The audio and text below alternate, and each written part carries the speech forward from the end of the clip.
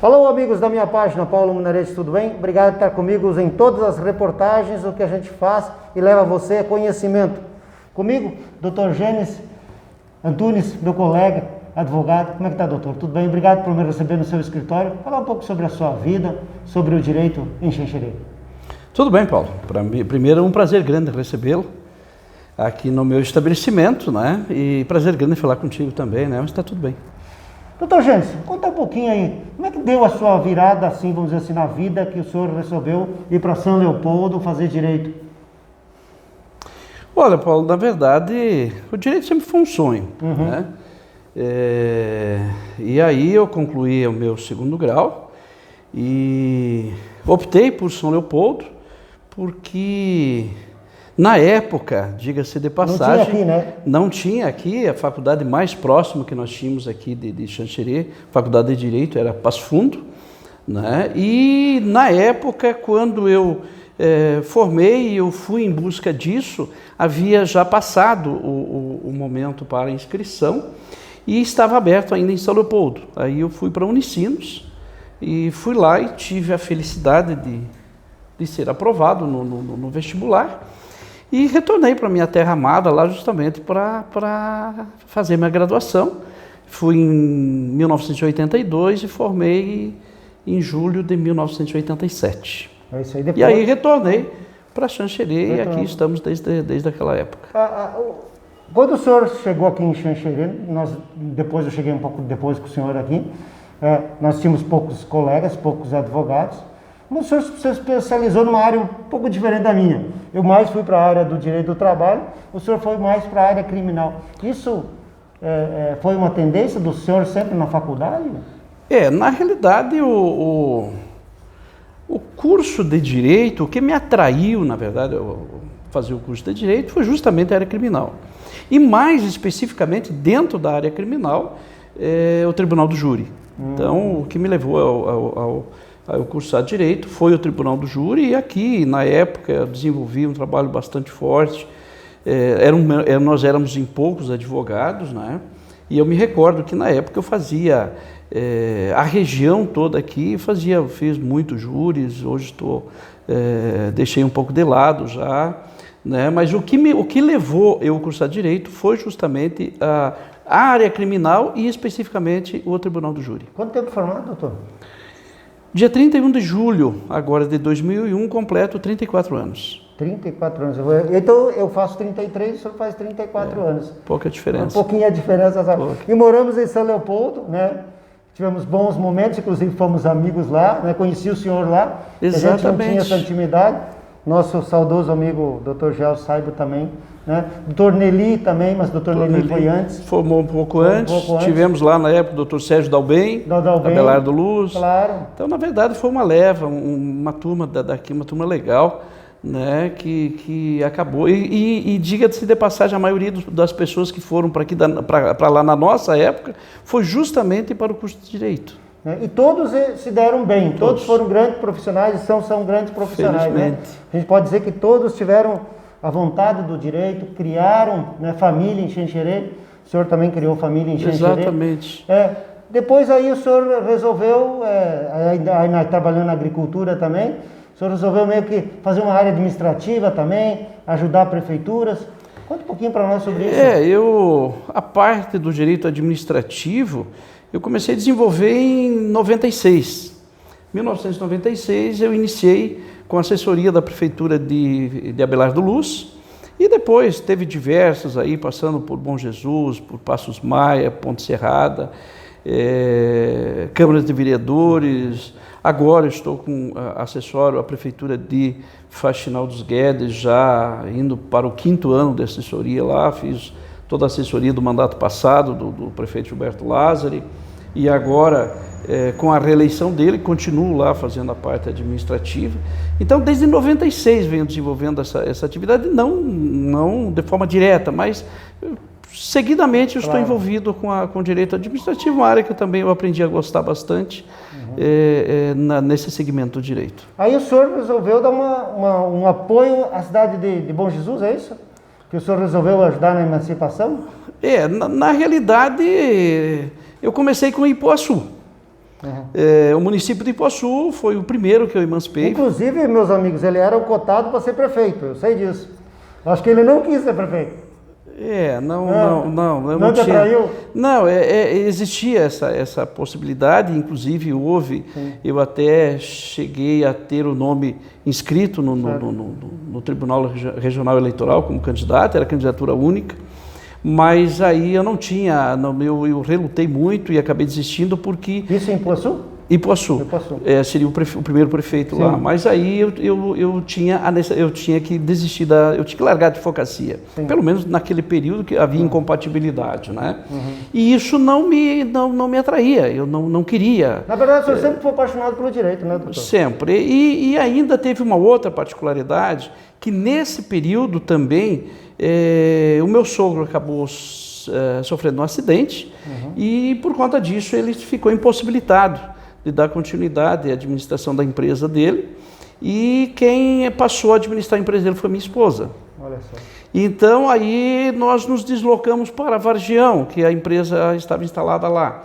Então eu vinha para Xanxerê no período da manhã, retornava à tarde, e aí esse deslocamento com o Ipuaçu não tinha possibilidade nenhuma, daí eu acabei renunciando.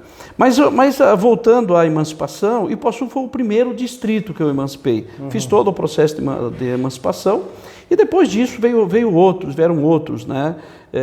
Jupiá também fui eu que fiz, Bom Jesus, auxiliei em Passos Maia. Então, teve vários municípios novos aqui que eu trabalhei nessa emancipação. Eu tenho curiosidade, talvez ele não saiba.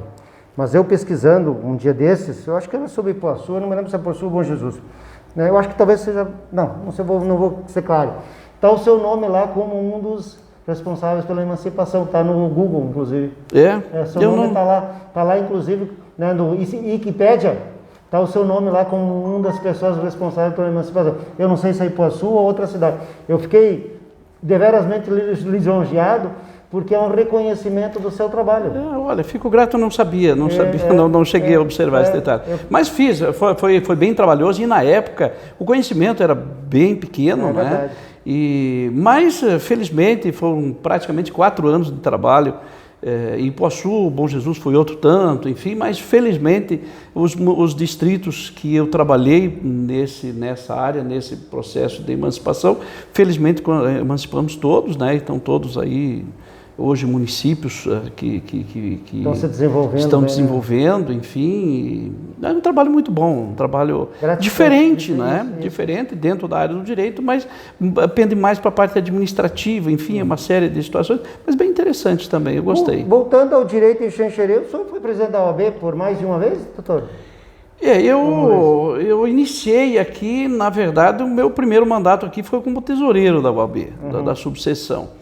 E depois daí eu fui presidente da subseção por 2 mandatos consecutivos e na sequência eu fui para o Conselho Estadual. Então eu fui conselheiro estadual da OAB por 3 mandatos consecutivos, foram 9 anos. Bastante em prol da classe ainda. E por último daí fui assumir a Secretaria de Prerrogativa, a Comissão de Prerrogativas da Advocacia Catarinense. Então, na realidade, foram 20 anos de efetivo trabalho prestado para a ordem. E a advocacia catarinense nesse momento, doutor? Porque eu quero dizer para o senhor o seguinte, que esse momento de pandemia, inclusive eu estive conversando com os representantes da OAB, muitos disseram que vários advogados pediram auxílio, teve um auxílio, não sei se o senhor teve esse conhecimento, de R$400. 900 advogados pediram auxílio, porque estavam precisando do auxílio. Veja como é que até onde a OAB foi para ajudar também as pessoas e os nossos colegas nesse estado. Eu acho que a OAB sempre teve, eu sou suspeito em falar porque aprendi a admirar, até porque se não fosse assim não teria prestado um trabalho de 20 anos de efetivo trabalho prestado para a entidade, até porque admiro e aprendi a respeitar muito nesse período, né, até pela seriedade do que ela representa para nós e tal. É lamentável que, infelizmente, temos alguns colegas que têm essa dificuldade, principalmente para quem está iniciando na atividade, Mas a área do direito hoje é uma área que está em evidência e os campos estão abertos ainda. Claro, tem uma série de circunstâncias que contribuem para essa dificuldade, dentre elas... O senhor não há nada a convir comigo que o nível baixou um pouco de tantas universidades que tem por aí, em que o profissional não era mais aquele profissional, aquele que se dedicava. E também, claro, porque hoje também, com o advento da internet, há muito cola, copia. O próprio número de profissionais. Nós temos hoje, o número é muito grande, o volume de universidades é considerável, então está se colocando um número muito grande de pessoas, de profissionais no mercado e muitas vezes sem o preparo efetivamente necessário. Eu digo isso porque eu me recordo, na nossa época era bem mais complicado, era difícil, você tinha era uma qualidade superior e hoje eu penso que o nosso ensino tem sofrido uma queda bem significativa nesse sentido. Eu acho que não está tendo a devida atenção e até porque eu arrisco a dizer até que a própria situação econômica, social, enfim. Mas, de qualquer maneira, a própria morosidade do poder, do judiciário é um fator determinante. Hoje nós observamos que é comum um processo levar 2, 3, 4, 5, 10 anos para o seu deslinde, via de regra. Os processos são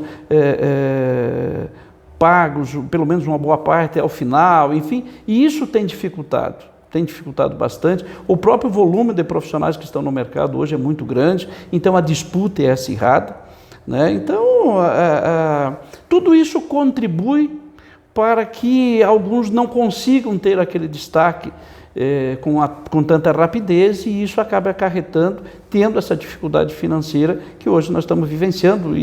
Mas isso não é só de agora. Eu me recordo, doutor Paulo, que na época que eu fui conselheiro estadual da Ordem, nós tivemos inúmeras oportunidades, a OAB distribuía cestas básicas para advogados. Lamentavelmente isso era feito. Agora, por conta da pandemia, surgiu a situação, mas isso já era feito antes ainda. Da sua vivência, gostaria que o senhor deixasse uma mensagem, principalmente para os novos advogados, né, que tem que laborar, mas tem que se dedicar muito à causa, né, para que possam, sem dúvida nenhuma, ser uns grandes advogados. Porque a sua experiência é muito nesse momento. Olha, doutor Paulo, eu vejo assim, como disse, aprendi a admirar a advocacia, admirar a minha instituição e vejo na advocacia, aliás, inclusive as pessoas que trabalham comigo, eu sempre tenho dito, tenho parabenizado elas por ter escolhido a mais bela das profissões, como eu tenho dito, não é? A advocacia hoje, ela tem uma importância muito grande, em que pese as dificuldades, mas isso não é só da advocacia, em todas as áreas, em todas as profissões nós vimos isso. Mas principalmente os novos advogados, os que estão chegando, os acadêmicos de direito, enfim, isso não é motivo para desânimo. Eu acho que o que precisa efetivamente é dedicação. Nós não podemos nos limitar ao que nos é passado numa sala de aula ou numa universidade, enfim, porque o aprendizado, a prática da teoria, a distância é muito grande. Então nós temos que buscar. O nosso conhecimento, o nosso estudo, nós temos que buscar.